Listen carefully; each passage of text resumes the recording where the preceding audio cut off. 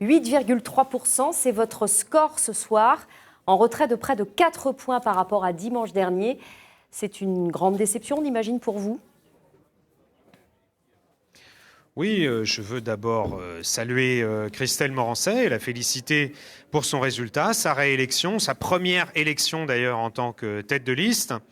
Et puis évidemment, c'est une déception pour nous, sans aucun doute, un certain nombre d'électeurs qui avaient choisi la liste de la majorité présidentielle que je conduisais ont voté d'ailleurs pour Madame Morançais au deuxième tour. Dans le climat de dramatisation du deuxième tour, la campagne d'entre-deux tours a été très tendue et très marquée par cet affrontement entre le bloc de droite conduit par Madame Morançais et le bloc de gauche conduit par Monsieur Orphelin qui lui subit un échec assez lourd ce soir. Vous appeliez en fait à voter pour vous, pour être une force d'équilibre entre cette majorité de droite et cette minorité désormais ce soir de gauche. Ça n'a pas fonctionné. Vous aurez au mieux probablement 4 élus. Vous allez peser comment dans cet hémicycle du Conseil régional ? Alors d'abord, nous verrons lorsque les résultats définitifs seront proclamés dans la nuit combien nous aurons d'élus. Mais avec les élus de la majorité présidentielle, nous agirons au Conseil régional, comme je l'avais dit avant le deuxième tour, pour défendre les idées progressistes que j'ai présentées dans cette campagne pour la région des Pays de la Loire. Et puis, bien sûr, dans un esprit constructif. Et j'espère d'ailleurs que Mme Morançais, lorsqu'elle sera réélue présidente de la région, sera plutôt dans un esprit de dialogue qu'un esprit d'affrontement, comme nous l'avons vu entre les deux tours. J'imagine que vous allez me répondre non, mais est-ce que vous regrettez ce soir de ne pas vous être retiré dans l'entre-deux tours ? Ah mais je ne comprends même pas votre question. Quel serait l'intérêt de s'être retiré pour avoir 0 votre élu score, 8,3%. Par rapport à s'être maintenu et avoir... Mais et alors ? C'est la démocratie. C'est les citoyens qui choisissent. Pourquoi est-ce qu'on priverait les citoyens de leur choix ? Je sais bien que c'était le rêve du patron national du parti Les Républicains, comme d'ailleurs de la gauche, mais il n'y a aucune raison que les électeurs soient privés de leur choix. Ils font un choix, et moi je respecte ce choix, même si évidemment nous sommes déçus par ce résultat.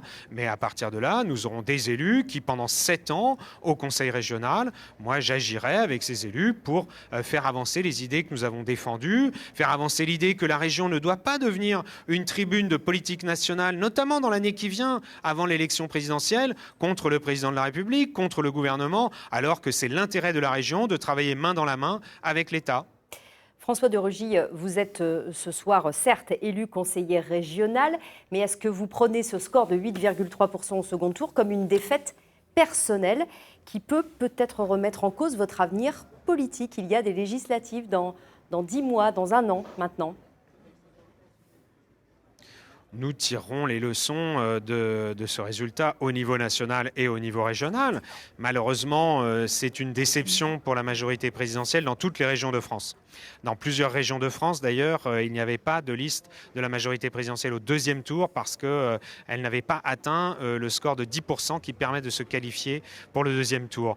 Par ailleurs, j'invite les partis qui ont gagné ce soir dans différentes régions, et comme vous l'avez vu, ce sont toujours les sortants. Tous les sortants sont reconduits.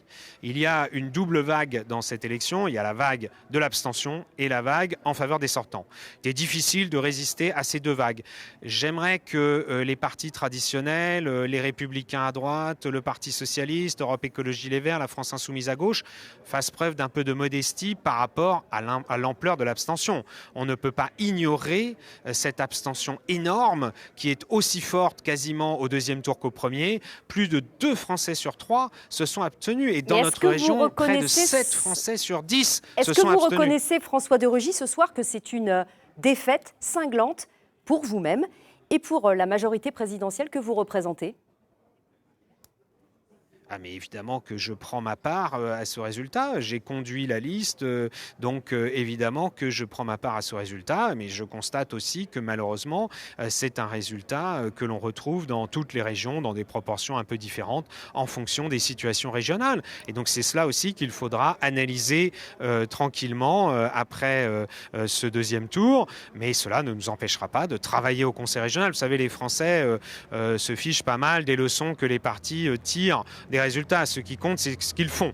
Moi, dès lundi, je serai à l'Assemblée nationale pour travailler sur le projet de loi visant à conforter les principes de la République. Et dès vendredi, vous serez à l'Assemblée régionale. Nous aurons encore du travail pendant 9 mois. Vous serez un élu présent à l'Assemblée régionale, bien sûr. même avec 4 élus ou 5? Évidemment, mais 5 ou 6, mais quelle question? Parce que peut-être qu'il y a des candidats qui ne siégeront pas, mais moi je siégerai pendant 7 ans. C'est un mandat de 7 ans, je siégerai pendant 7 ans au Conseil régional des Pays de la Loire, puisque j'ai sollicité les suffrages des habitants de la région des Pays de la Loire. Et Merci. par ailleurs, nous aurons pendant 9 mois à agir au niveau national, avec une élection nationale en 2022, l'élection présidentielle, puis les élections législatives, et les résultats ne seront peut-être pas les mêmes, ne seront sûrement pas les mêmes.